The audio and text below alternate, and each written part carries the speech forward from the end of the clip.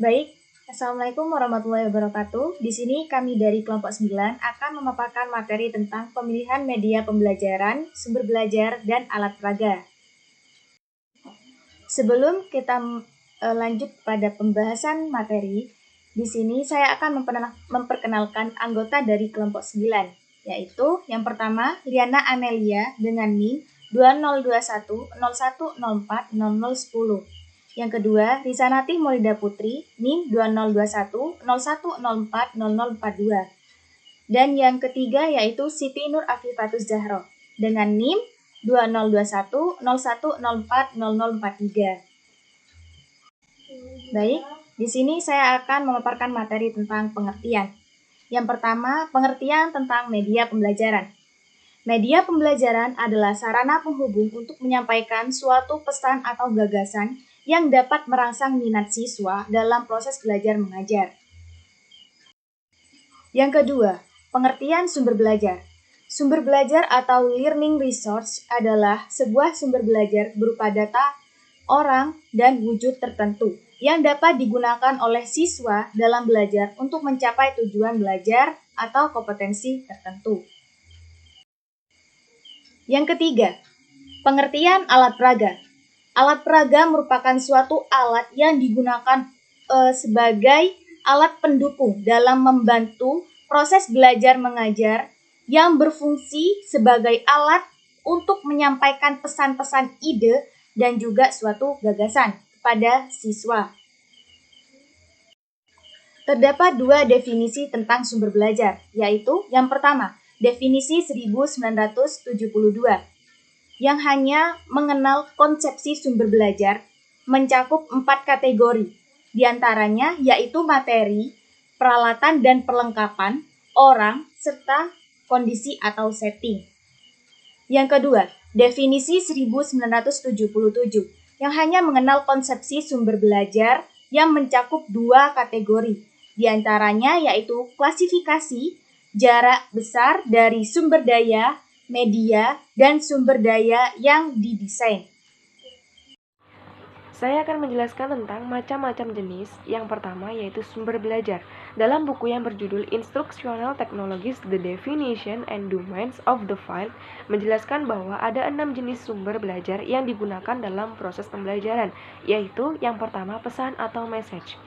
Pesan atau message dibagi menjadi 2, yaitu pesan formal dan pesan non-formal. Pesan formal adalah pesan dan informasi yang dikeluarkan oleh lembaga resmi. Yang kedua yaitu pesan non-formal adalah pesan yang ada di lingkungan sekitar dan yang ada di masyarakat luas. Yang kedua yaitu orang atau people. Orang atau people dibagi menjadi 2. Yang pertama kelompok orang yang didesain khusus sebagai sumber belajar. Yang kedua kelompok orang yang memiliki profesi selain dalam tenaga pendidikan. Yang ketiga yaitu bahan dan program adalah sebagai program pendukung dalam menyimpan pesan-pesan pembelajaran. Yang keempat yaitu alat atau device adalah suatu benda yang berbentuk perangkat keras. Yang kelima metode atau metode adalah langkah-langkah yang digunakan dalam penyampaian materi kepada siswa. Yang keenam latar atau setting, yaitu situasi dan kondisi lingkungan di sekolah maupun di lingkungan sekitar. Yang kedua yaitu bahan ajar. Bahan ajar dibagi menjadi 2 kelompok, yaitu dalam bentuk alat peraga dan media pembelajaran, serta dalam bentuk sumber belajar. Bahan ajar dalam bentuk alat peraga pembelajaran dan media pembelajaran yaitu yang pertama media visual, yang seperti dalam contoh tersebut. Yang kedua yaitu media audio, yang ketiga media audiovisual, yang keempat media konkret, dan yang kelima media cetak. Bahan pembelajaran dalam bentuk sumber belajar dibagi menjadi 2 bentuk, yaitu yang pertama sumber belajar yang dirancang atau by design. Yang kedua sumber belajar yang dimanfaatkan atau by utilization.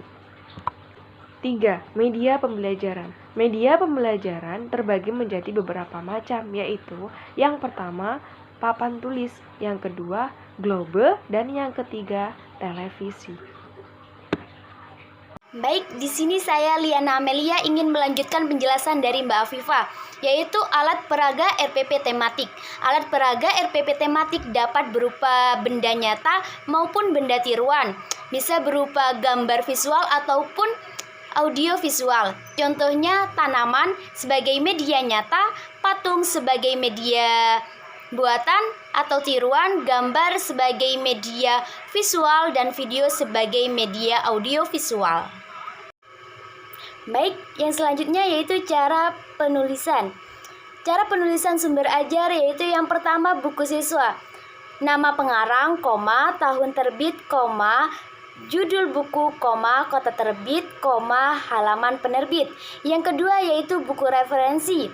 Nama pengarang, tahun penerbit, judul buku, kota penerbit, halaman penerbit. Yang ketiga yaitu majalah. Penulis majalah, tahun terbit, judul majalah, nama majalah, volume, nomor, tahun, dan halaman. Yang selanjutnya yaitu koran. Judul, nama koran, edisi atau tanggal terbit, halaman, dan kolom. Yang selanjutnya yaitu situs internet. Penulis, tahun, judul, dan tersedia pada situs internet lengkap di mana dalam tanggal pengunduhan.